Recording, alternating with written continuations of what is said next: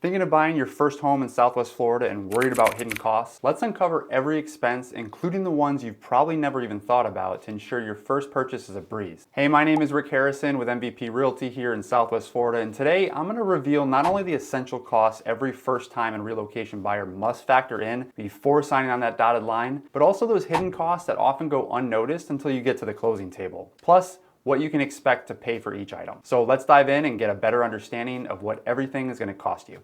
First, these costs can really be broken down into three major categories: upfront costs, ongoing costs, and future costs.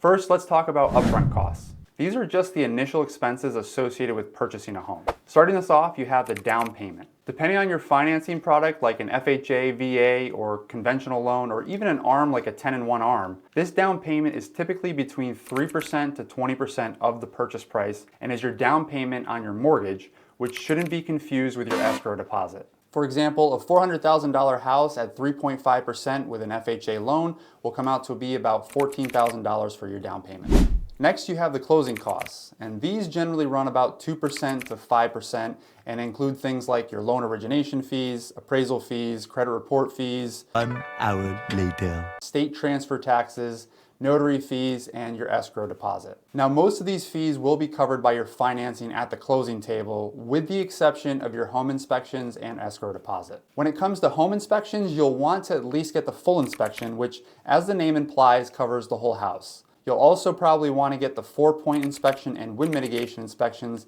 as most insurance companies will calculate and provide their discounts based on those. The total for these three is usually around $600 or so. Additional inspections to consider that would be an additional fee as well include pool inspections, septic scopes, pest inspections, seawall inspections, radon and mold or air quality inspections, and more. The other expense not covered by your loan will be the escrow deposit money, which is a good faith deposit with the title company, ensuring the homeowner your earnestness to buy the home. This deposit is generally anywhere from $1,000 up to 3% or more of the purchase price if you want to really show the homeowner you're serious about your offer. Homeowners and flood insurance are the last two upfront expenses you'll want to know before you even consider buying a home, because they can vary widely with the flood zones and property histories now. For example, let's say home A is right off the river in flood zone AE, which is the highest flood zone rating, and home B is inland further outside of the flood zones completely with a flood zone of X. Home A might have homeowners insurance costing $3,000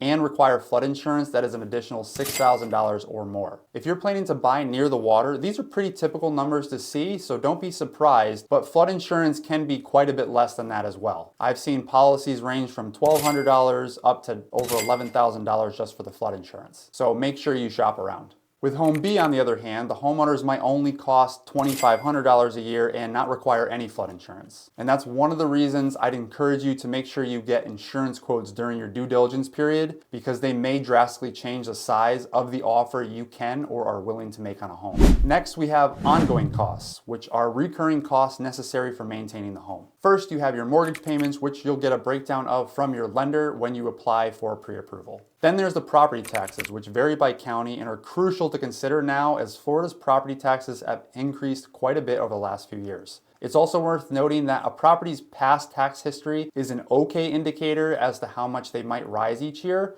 but not for what they will be when you purchase, because the taxes you'll have are going to be based on the purchase price and typically come in a little over 1% of the purchase price each year for Lee County. As mentioned before, homeowners and flood insurance is going to be an ongoing expense you'll need to plan for, and these premiums very rarely go down. If you're planning on living in a community, HOA fees are another ongoing expense to consider, and one that can greatly reduce your buying power. For example, every $100 in HOA fees, you can expect your buying power to decrease by around $10,000 to $12,000 or so. In addition, HOA fees down here in Southwest Florida can range anywhere from $20 a month all the way up to over $1,000 a month. And some HOAs actually have a membership fee you need to pay for before you can even purchase the home. Then you have utilities like electricity, water, gas, cable, and internet, something many people forget to include in their overall budget. And lastly, for ongoing fees, you'll want to budget for home maintenance. Regular inspections, pest treatments, lawn care, pool care, AC tune-ups, and other repairs are just some of the expenses most people carry down here, especially if you're really going for the paradise lifestyle. And this is also why some HOA fees can really be worth it. Those things easily add up to another $300 per month in service costs. And our final category is future costs. Anticipating future repairs and upgrades can help avoid sudden financial burdens. So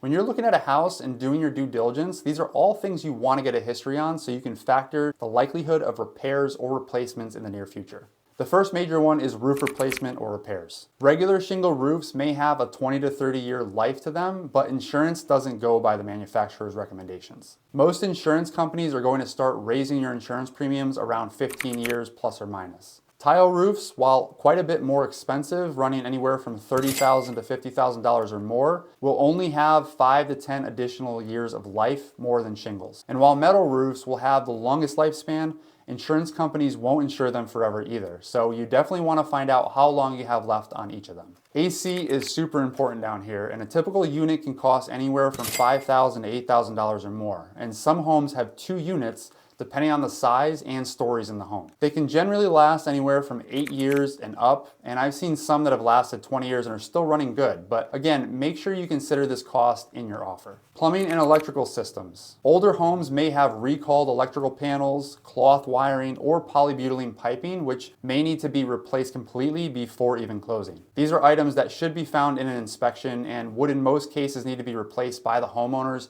prior to closing if you're choosing to finance. You won't be able to get insurance without them. If you're purchasing cash, they're not required to replace these things, so make sure you get an inspection done one way or the other to anticipate those costs. Replumbing can start around $6,000 or more depending on the size of the house. A panel is around $4,000, and rewiring a whole house can run $7,000 and up. Also consider the age of the appliances, including the water heater, refrigerator, washer, dryer, microwave, and more. These items aren't priced like they used to be with appliance packages, usually starting out around $2,500 or more these days. So while not a huge expense, also not a convenient one when you're hosting Thanksgiving and your oven stops working. It's happened to me. While not always necessary expenses, exterior maintenance including painting, siding repairs, landscaping, even pressure washing can add both real and perceived value to your home, but is another expense you may be considering if wanting to make some updates or put your own personal touches on your new home. And lastly, disaster preparedness. If you're considering living in a hurricane-prone area, especially near the shore, disasters is something you'll want to consider, and with that, protecting your home. Hurricane shutters, reinforced garages, doors, windows, and screens all provide differing levels of protection, peace of mind, and savings on insurance, but will also cost you a decent chunk of change to have done after purchasing. So it's definitely something to consider if you're choosing between 2 homes. Understanding and planning for these costs can significantly smooth the transition into home ownership, especially in a unique market like Florida. Each category has its pitfalls, but by being prepared, you'll turn these potential surprises into expected aspects of home buying. But now that we've covered all the costs you'll need to consider and budget for, you might want to check out this next video, which shows you how to estimate the true value of a home